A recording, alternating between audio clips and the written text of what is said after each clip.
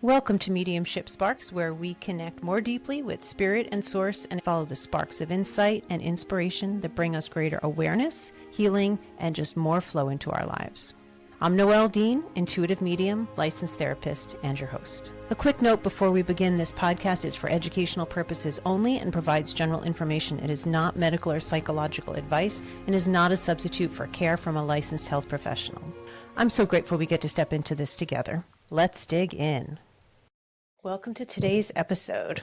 We're going to talk about discernment, checking in, experiencing new energies, and how to apply all of those things to supporting ourselves in our spiritual expansion and development. We have a couple of, they're using the term loving co-facilitators here with us. Two of my grandmas, Mama and Grandma Elsie, and my sister Lisa. In the last episode, I shared about attending the channel panel. That was my first time witnessing a variety of people who channel otherworldly beings or just other energies and entities. And it was really cool. I'm taking a course in trance channeling right now and find it a bit fascinating and have wondered if there is somebody that I might do that with in the future. Because I have that thought and enthusiasm about it, when I was sitting in the channel panel and since, I've just been, intending to expand myself spiritually to include this as a possibility in real life nowish. The phrase came to me and I wrote it on a post-it that I have on the corner of my monitor that says, "I want to be all that I am." I've heard that somewhere. I'm really pushing that energy of, I really do, especially in the area of spirituality, of course, and what I can do to support people. I want to be all that I am in that arena and give all that I can give in that way. So basically what I'm telling you is that I opened myself deliberately and intentionally to ask for more to come through me. And stuff's happening. I mentioned recently in an episode about when Mama first used to come in to say hi when my husband often would be traveling. And I would have a very distinct experience of walking into a cloud of bang, head to toe chills, very sudden and startling. I use my check-in method. Discerning a yes or no is something I do with my body. Some people use a pendulum. I know I've talked about this. I don't mean to be repetitive, but maybe this is the first time you're listening. I took a hands-on healing class 27 years ago at a spiritualist church, and they taught us how to do this. So to use your body to check in about things. It could be ideas, it could be food items, it could be, is it for my highest good to go and do X now? You can use it for anything. I check in about my jewelry every day because I want to wear what's going to energetically support me for the day. My sister gave me these earrings years ago. I think it was a precursor of I was going to connect with her today, and she's here to support us on the podcast. Sometimes it totally doesn't match what I'm wearing, and I deal with it.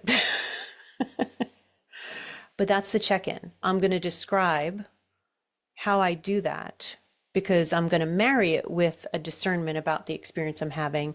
And I think this is a really important foundational piece for all of us, all of the intuitives and sensitives and mediums. Now, you don't have to take my advice, of course. I don't know where I would be without this, but I'm indecisive. You may not be. I'm learning to rely on it a bit less for certain things because I've overdone it, but it's still very important to me. And in a case like experiencing, let's say, a new sensation that feels related to a spiritual experience or an entity or energy, I'm absolutely going to use this 100%. In this way, it is what I rely on to be more objective. This is how you, quote, check in. You can call it anything you want. Some people call it the sway test. It could be considered muscle testing. It could be using your body as a pendulum. Imagine if we were going to do this together, I would stand up with you and I would say, okay, shake off any kind of tension that you've got in your body. You do a head to toe check. What am I feeling? What is my baseline? And then you ask the universe to show you a yes, and then see whatever it is you feel. Many people, their yes is the same or similar to mine, which is a leaning forward for yes. And that may or may not be yours. If you don't already have something that you can rely on in this way, maybe consider trying this for yourself. Okay, so then I would say out loud, or we would both say, okay, universe, show us our yes. And then we would experience whatever that was. And I would double check with you. What did you feel? What did you notice? And you would tell me. And then I'd say, let's do it again, and just say, hey, maybe universe, can you please, if it doesn't feel unsafe, please show us a bigger yes. And then see if that feels consistent with the first one, maybe a little bit bigger or stronger. If I ask for a big yes, I don't want to say it dramatically, but I lean forward quickly and in a way that I might even need to catch myself a little bit. That I don't really get off balance like I'm going to fall. Because I've come so close so many times, I've just learned to put my other foot out front in front of me. So if you're going to do this, consider doing it that way. And you may feel anything. I don't know. I'm open for you, and you won't until you try it. Then you ask the universe to show you a no, and then you double check that also. I did meet one person who the universe would change it up often. And the information that I got for her was that they wanted to really keep her conscientious of what she was doing. So one day her yes would be leaning forward, and maybe even an hour later, her yes will be going backwards. So that could be you too. So you just want to test it and see. And then you can say things like in this class, it used to be like, my name is Noelle. It's a question how I'm saying it. And then I can feel myself lean forward. Now, at first, I only ever did it standing for probably 20 years. When I started working more over Zoom, I learned to do it while seated. Figure out what works for you. Why I wanted to go over that now is to talk about when a new energy or a new experience comes in, and it's, what is that? Maybe instead of panicking, as I have been known to do at times, you're like, hold on, let me take a breath. And now let me check in about who or what this is so that I can better understand it. Otherwise, it would be daunting to feel like something is happening and I don't know what it is. Maybe you can see things. If I'm connecting with somebody in spirit or a guide, I'll get a visual in my head. But when these experiences that are new first start happening, I tend not to see who it is. So I'm really left in mystery. I have a lot more courage with having these experiences because I've been doing it for a long time, and I have learned to rely on my team and sometimes Archangel Michael to get me out of sticky situations. So I'm going to paint the picture for you. I hope you're sitting down. I've been declaring I want to be all that I am. I'm open, and please let me help people as much as possible. From the bottom of my heart, I have a strong need for a sense of purpose. So the more I get to help people with things, especially something like spiritual matters, I'm asking, and I guess I'm getting. The first time I experienced it was last week. I was meeting with a friend and her dad who passed recently. We were just connecting with him, and I'm going to do my best to describe it. It was, you know how you can get like a wave of nausea or a wave of, wait, what the hell is that? It feels like a wave of something comes over you. That's how it started. I wasn't really sure what to do with it. I wondered, is my friend's dad coming in? I'm going to channel him, meaning I would allow him to, don't quote me on any of this, inhabit my body for the moment while we're having a conversation. And then my friend would have the experience of a more direct interaction with her dad, which would be a cool thing to give to my friend. And I trust her dad. We've interacted many times. I would really be okay with that. So I wasn't panicked like, oh crap, what is this guy doing to me kind of thing. But the experience was so big and visceral. I was a little bit scared. And I didn't take it anywhere. I wasn't like, okay, come on in or anything like that. I wasn't sure what to make of it. And that was just my assumption. Maybe that's what it was. Then I had this experience again last night. It was late. I was getting ready to go to bed. There was no context for why it happened. I wasn't interacting with anybody.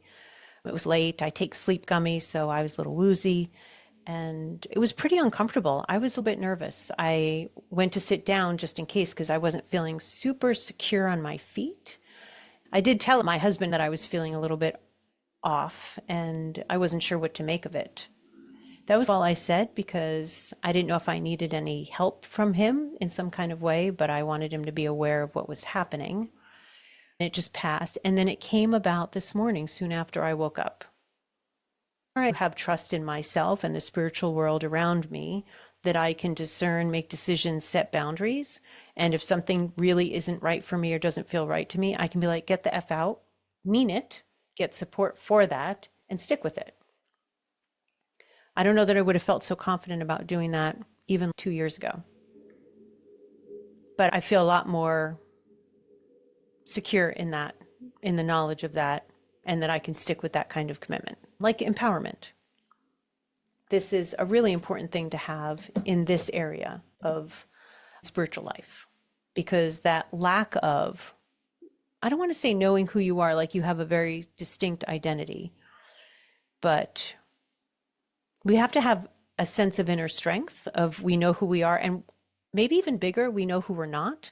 So when something is around us that doesn't quite feel like us, we can immediately be like, wait, what's happening here? Is there feels like an energy of hopelessness in the room or something, and we investigate instead of just going along with it and acting like it's not a big deal, and then it can interfere with us. I'm grateful to have my grandmothers and my sister here to learn about who or what this is that's happening in real time with you so that you can see how the process works. If it's not something you're already doing, maybe gain something from it.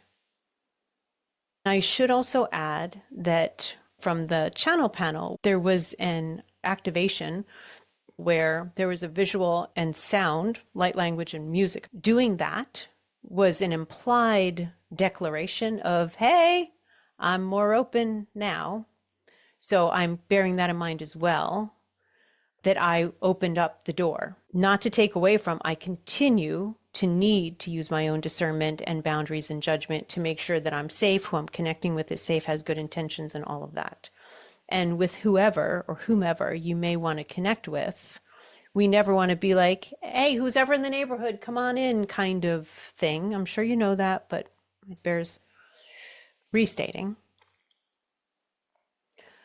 So how it's occurring to me to do this first is to check in with my grandmothers. So Grandma Elsie is around pretty much with every podcast that I record, but Mama isn't. So it feels important that she's showing up for this and that I'm aware of her. So I'm going to start more with her, and then we're going to see how it unfolds. I've already grounded, opened up all of my chakras, so I'm all plugged in. I should ask, is there anything else I should do to ground myself for right now? I got to know. As I said, my yes is forward, my no is backwards. So if you're watching this or going to watch this, you'll just see me move around as I'm checking in, but I'll do it out loud. I often edit that part out. When we're really looking to discern with messages for ourselves, information and insights for ourselves, that's the stickiest because you can't be objective at all, right? So being able to ask is like, I'm keeping myself on track. I'm not getting in my head about things. So Mama, can I connect with you, please? Got a yes. Thank you. I'm feeling a little, she's using the word concerned. Yes, I'm feeling a little concerned and nervous about this new experience. Okay, she's given me a yes. So is that you acknowledging that you know what the experience is? Yes, thank you. So is what is happening for my highest good? Oh, I'm getting a big yes, and I saw the words very much. Okay, is this what I recently started asking for? And just as, yeah, I got a no to that. And just as it was coming out of my mouth, I could feel that it's not. So I'm seeing that this is something that I noticed and observed a long time ago. Am I getting this right? I'm getting a yes, okay. To support and empower self-care as best as I can for myself and others who are willing to listen. Okay. I have no recollection of that, but I believe her. Okay. Thank you, Mama. Is there anything else you want to say about that part of it? Getting a no. Okay. I want a side note here. Even if you don't get the extra words, and I didn't for a long time, If you're just using a yes and no, you can get so much information. You can get so far that way, more than you may think. So if you're going to do your own version of this and you don't get the extra words, or maybe you just get a feeling, but just the yes and no is sufficient. Mama, so is it a particular person? No. Is it an energy body? No. Seeing the word consciousness. It's a consciousness? Getting a yes. Okay. Oh, she's adding that I would call it a collective. Okay. Am I getting that right? Yes. Got a yes. And is there anything else you want to? Oh, getting a no. Okay. Now, as I'm asking her these questions, she can hear my thoughts. So I'm saying it out loud for your benefit, but I could also just sit here in silence and have the same conversation. Okay. This is adorable. My sense now is that they're tag teaming me. So now it's Grandma Elsie's turn to interact. And I feel like they're doing this for your benefit. I think they're having fun. And they're mentioning about changes and growth. Changes and growth. So Grandma Elsie is coming in and she's talking about painstaking. Painstaking. So I'm just sitting with that word to see what comes to mind next, and then I'll check in if that's what she means by it, because nothing is coming to mind yet. Okay, so painstaking. So I'm seeing the word illness, but I'm getting a no, so I got that wrong. I got the word shin splints. Have you ever had shin splints? Have you ever tried to start running? Ouch, they frickin' hurt. Why do you get shin splints? You're stressing a muscle that isn't used to being worked in that kind of way. I'm remembering when I tried running on concrete and I was used to treadmills, that's when I would get them. As I'm sitting with shin splints, it's almost like, okay, am I getting that right? She's saying her best term is a beginner's disease. If I'm getting this right. You already know what you want to do when you're starting on a new path. So she's commenting about this wave that I'm describing to you, and that it feels overtaking, but she's reminding me, just like the chills that I would feel from her, that it was startling at first, and once I begin to recognize a sign, I learn how to go with it. Once we learn to recognize a phenomenon or an experience, we don't become desensitized to it, but we become accustomed to the almost shockingness of it. It becomes normal to us eventually. So you're saying this will become more normal for me. I don't understand what it is. So let me start asking you some questions. Is it somebody trying to communicate with me? Get a no. Is it somebody trying to communicate through me? Okay, big yes on that. It's somebody who's trying to give a message or messages to someone else. Yes, I see the words deeper connection. Let me ask you this. I hear what you're saying, family. Can I use that term to cover all of you? Thank you. Okay, so you're giving me the term deeper connection, right? When it happened this morning, I was just by myself. Was that deeper connection for me? No. It's about what to put on the broadcast. I'm seeing that they're trying to penetrate my walls to ensure I would have talked about this. Am I getting that right? Okay, big yes on that. That makes sense, because otherwise I would not have probably talked about this. I don't usually do things in real time.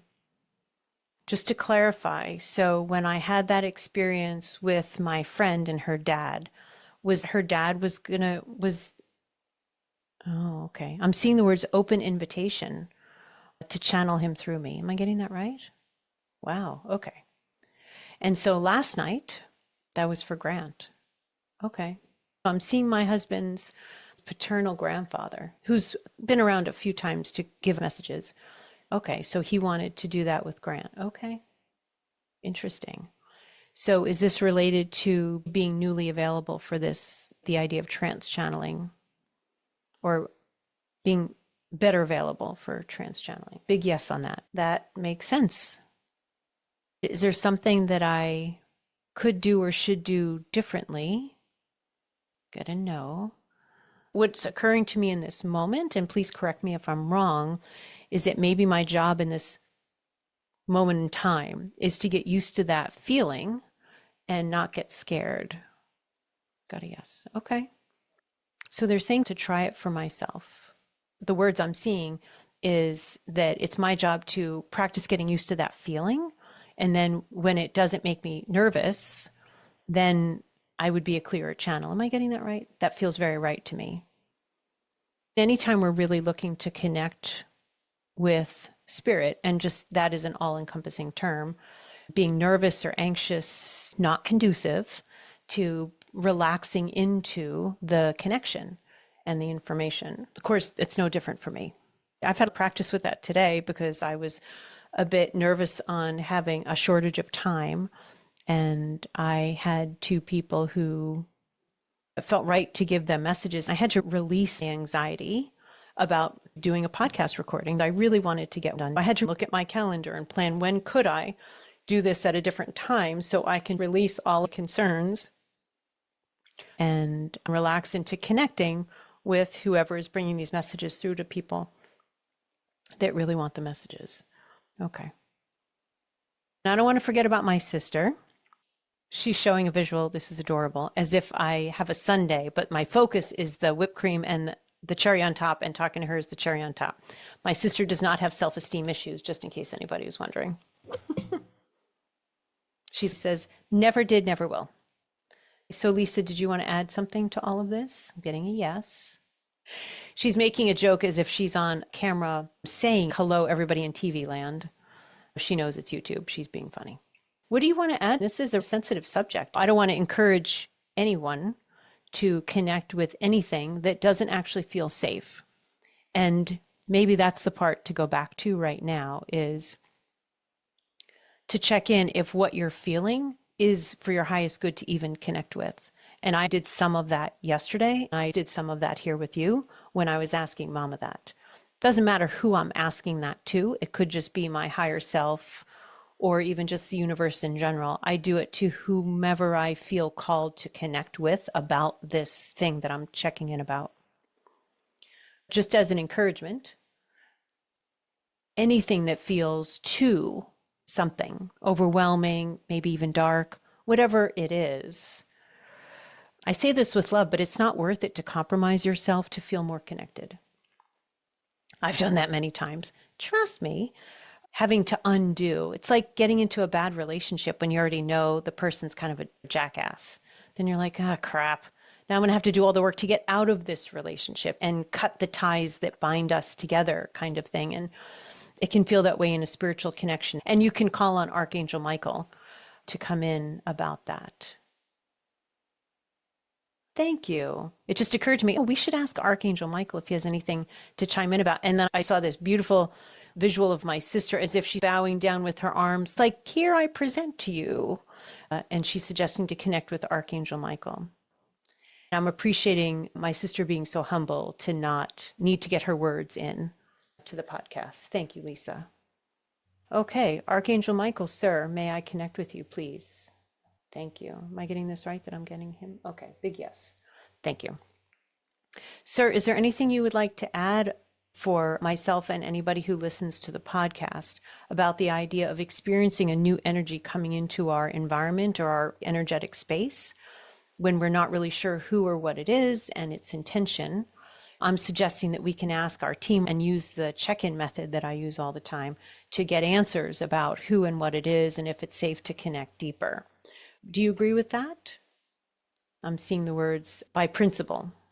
So he's starting to say there's so many non-entities that are looking for a grounded person to more connect. Sorry, am I getting that right? I feel like a lot of words are coming at me at the same time. I'm seeing like more with human beings, something about more connection. Let me put this together and ask. So it sounds like you're saying that there are more non-entity beings. I should ask what you mean by non-entity. He's saying human related. He's saying entity is like, and he's showing an attachment or, and he's shown me this before. The entity that I had connected to our friend with schizophrenia, that was clearly an entity. It wasn't a fully formed being. He's saying there are fully formed beings that like more connection with human beings, like their spirit family. And you might be frightened or startled, he's saying. at first because it is stark and startling. He's giving an example of a horse, and I'm being reminded of, I feel like it's a smell and a sensation, but a smell. Wow. I'm getting a flashback to being in third grade and taking the bus to summer camp. And there was this just very weird, distinct smell that it wasn't quite tar. This was New York City, so there were a lot of smells. But I think that what feels important about that is something that's really distinctive, like the smell or the energy of a horse, or this thing that I'm describing on the bus going to summer camp. It's a very sense-related memory that can be very strong. He's saying especially the sense of smell, it can really stick with you. And he's saying Archangel Michael, is part of the remedy, but not the cure. The cure is your own discernment and boundaries. The remedy is like, holy shit, Archangel Michael, can you help us? And he says, I always will. I always will make it out there to help you to release the bond or the tension with an energy or an entity that you don't like being together with.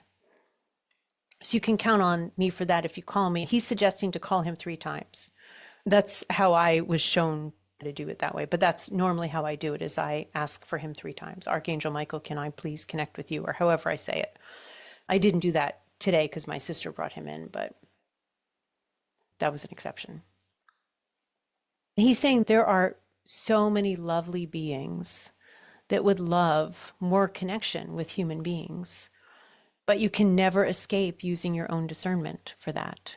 It feels like what comes in is this wave of, and no matter who you think it is, no matter who you think you're connecting with, unless you feel for certain, unless you have a process you can trust to discern and to distinguish things, people, animals, or energies, use a clear check-in method for yourself.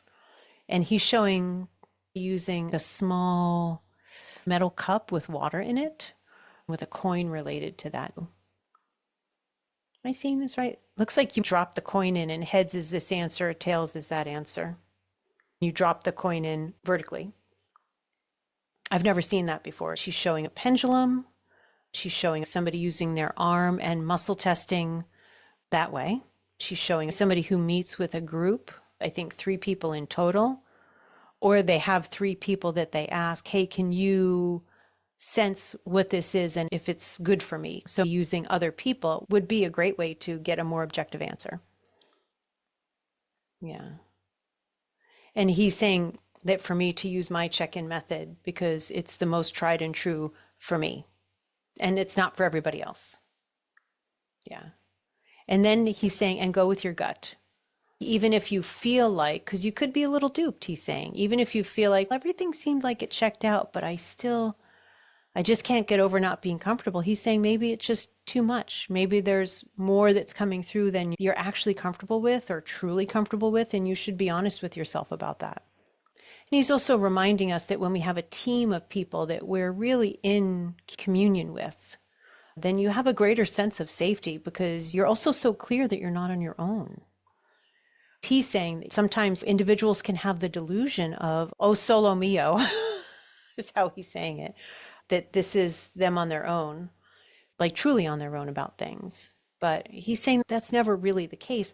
However, the people around you, whether angels or spirit guides or friends in spirit, also acknowledge and honor free will. So if you're not asking for help, they're not willing to interfere. You have to request collaboration and cooperation for those things, or else you won't get it. And then he's like, that's fair enough, right? Of course. Now he's showing like a crystal wand.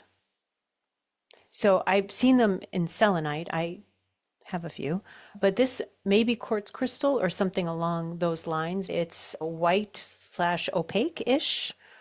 He's showing that you can use that I was just using one earlier today. I was feeling something in the back of my head I was uncomfortable with. It was related to somebody else. To show you what I was doing, just waving this wand around the back of my head where I was feeling this energy. Now, this is an extra long selenite wand. I keep this one on my windowsill. First of all, it's handy, but also I want it to be cleansed by light from the sun and the moon.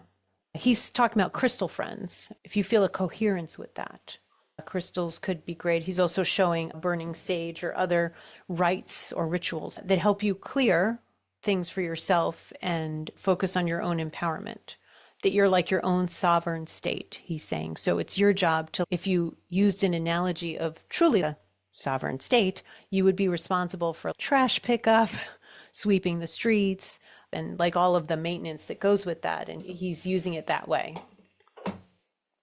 He's showing asking for healing energy or spirit energy to come down, let's say dousing you in that kind of energy. And he's saying you can find so many ways to absorb and unabsorb that kind of spiritual connection with somebody. He encourages us all to be courageous, adventurous, support yourself, and be smart about it. If there's an energy around you that's just not dissipating, do a bit more of what you know to do, and then maybe look up answers of what you haven't tried yet and see what feels like it fits you and suits the situation. There are also professional house clearers if you needed that kind of thing, or other energy workers with healing energy, with Reiki, that can support you. And he's saying there's no reason to fear and then stay in fear. Fear is when something different happens and you're just not sure what to make of it. He's encouraging you don't need to abandon yourself in that space and then just be cut off from any kind of connection, unless that is truly what feels right in your heart, and then do that. His bottom line is support yourself through and with these experiences, and you'll feel better. Thank you. Turning to my sister, like, Lisa, is there anything else you want to share? And she says that she can't top that. Yeah, thank you so much, Lisa, for bringing in Archangel Michael. That was super clear and very helpful. And she's saying goodbye to TV land. My sister would have watched a lot of Nick at Night. I appreciate her bringing humor and levity. The grandmothers, everybody feels complete. Okay, that was bit of a ride. Thank you for being on it with me. I hope this was helpful and supportive to you and not overly redundant. I don't know that I've said this, but thanks for being a part of my world. I hope to be a positive part of yours. And sharing these things with you, family members and other spiritual beings, is just an honor. And I just prize these moments very much to grow and to support you. I tend to think when I'm experiencing something, it's just me. And I was reminded this morning, what are you talking about? Of course, it's not just me. And that's why I'm sharing it here. If you have any questions, ideas, or things you're concerned about that we can bring to our little panel of grandmas and others to help you get some clarity, please email that so we can talk about it on the podcast, because I'm sure you're not the only person. Anyway, you take good care of yourself. And I'll talk to you soon. Thanks for spending this time with me on Mediumship Sparks. If this episode resonated with you, please like it, subscribe, rate, and certainly share it with somebody else who could benefit. If you're interested in any support I might be able to provide as you navigate your spiritual path, please feel free to check out my offerings at connectingwithnoelle.com and reach out at mediumshipsparkspodcast@gmail.com. I'll look forward to being with you again soon.